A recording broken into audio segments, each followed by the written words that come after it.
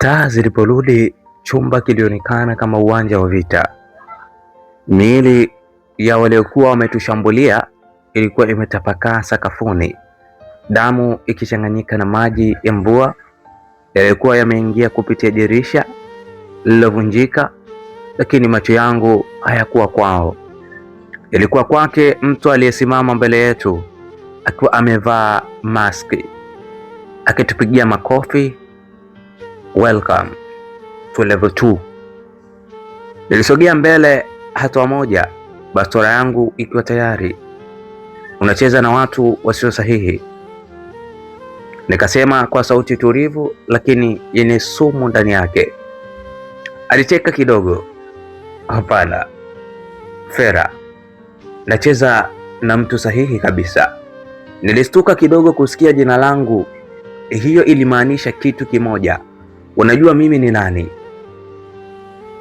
Aisha alikuwa pembeni yangu, macho yake yakiwa makali. Wewe ni nani? Aliuliza. Aisha alikuwa pembeni yangu, macho yake yakiwa makali. Wewe ni nani? Aliuliza. Mtu yule alivuta maski yake polepole, lakini kabla hajaifunua kabisa alitoweka. Dirisha la nyuma lilikuwa wazi. Nilikimbia haraka, lakini nilipofika nje tayari alikuwa ametoweka gizani. Tulibaki pale tukipumua kwa nguvu. Hii haikuwa tena kazi ya kawaida, ilikuwa vita. Tunahitaji majibu, nilisema. Aisha alikubali. Kuna mtu mmoja tu anaweza kutupa hilo. Ni nani? Alinitazama moja kwa moja. Bosi wako. Kimya kilitanda kwa mara ya kwanza. Nilihisi kitu kama usaliti ukinigusa. Impossible, nikasema. Yeye ndiye alitupa kazi. Ndiyo, Aisha akajibu. Na huenda ndiye anayetumia kuangamiza ushahidi wake mwenyewe. Maneno hayo yalikaa kichwani mwangu kama mzigo mzito.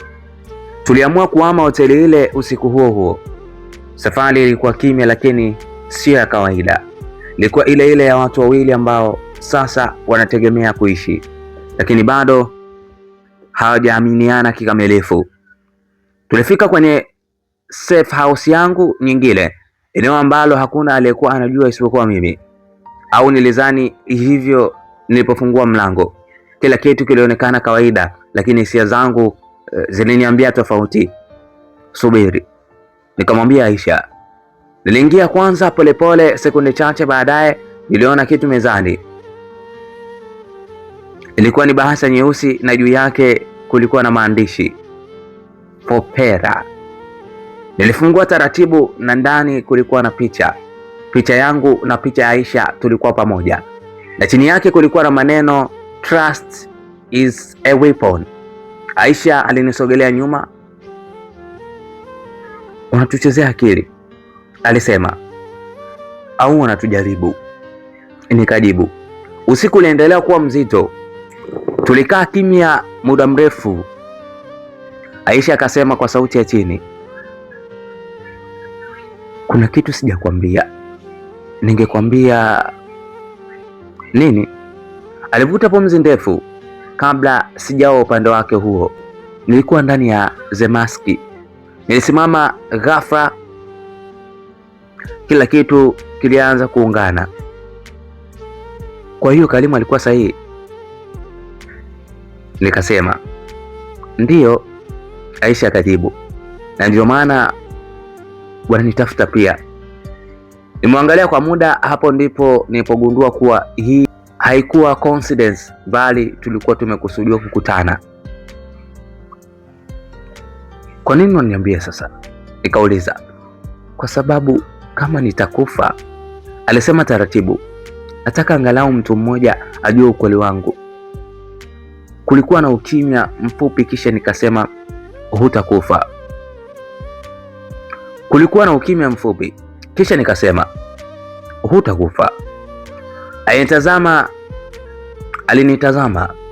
Uhakika huo unatoa wapi? Nilisogea karibu naye. Sijui, lakini sitaruhusu itokee. Kwa mara ya kwanza Aisha alionekana kupoteza ule ukuta. Kwa mara ya kwanza Aisha alionekana kupoteza ule ukuta wake wa ndani. Alikuwa binadamu sasa, sio jasusi, sio mpiganaji. Ni mwanamke tu aliyechoka kupigana peke yake. Tulikaa karibu sana na macho yetu yalikutana. Hakuwa na maneno, hakukuwa na mpango, bali kulikuwa na hisia tu. Na safari hii hakuna simu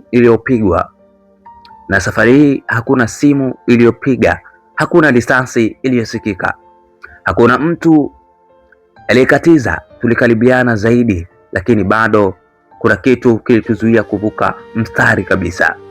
Labda ni vita iliyokuwa mbele yetu, au labda ni hofu ya kupotezana. Asubuhi haikufika kwa amani. Saa 11 alfajiri alamu yangu ililia ghafla.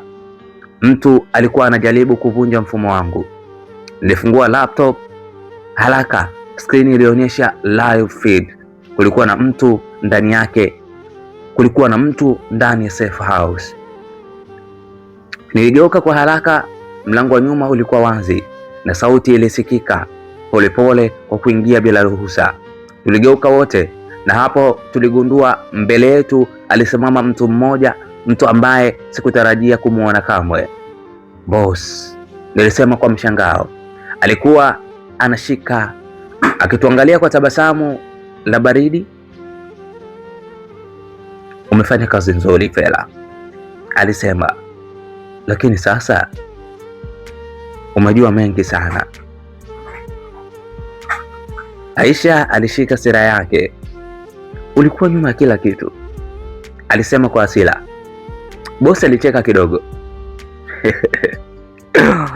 Zemaski, sekunde tu, alisema. Ni mfumo, na nyinyi wawili mmekuwa tatizo. Nilisogea mbele kidogo. Kwa hiyo kazi zote ulizonipa zilikuwa kusafisha njia? Akakatiza. Na sasa umefika mwisho. Kulikuwa na ukimya wa sekunde chache, kisha risasi ilipigwa. Lakini si kutoka kwake. Ile risasi ilikuwa kutoka kwa Aisha. Bosi alianguka nyuma kidogo, lakini hakuanguka chini. Alikuwa amevaa vest. Nice try, alisema. Mapambano makali yakaanza ndani ya chumba kile. Risasi zililindima, vitu vilivunjika.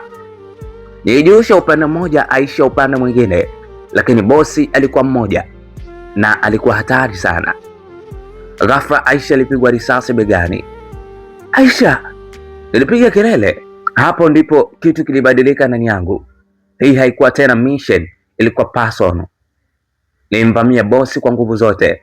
Mapambano ya karibu yakaanza, ngumi, mateke na hasira. Dakika chache baadaye tulisimama wote wawili, tukipumua kwa nguvu. Basula zetu zilielekezeana.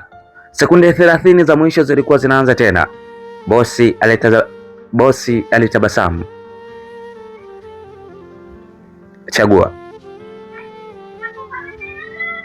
Chagua Fela, maisha yako au yake. Nilimtazama Aisha. Alikuwa amejeruhiwa, lakini bado anaangalia. Hakuniomba msaada, hakuniomba nimwokoe. Niligeuka kumtazama. Niliamka kumtazama boss, kisha nikatabasamu kidogo.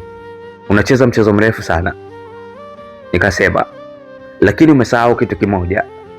Aha, aliuliza. Bwana mpenzi msikilizaji, tukutana katika sehemu ambayo inafuata. Pia ni mbivu na mbichi gani ambazo zinaenda kutokea katika simulizi yetu nzuri kabisa, simulizi inayokonga nafsi yako. Kwa nami mwanzo mpaka mwisho. Naitwa Salki, Mr. Stallman, na kwa noma zaidi.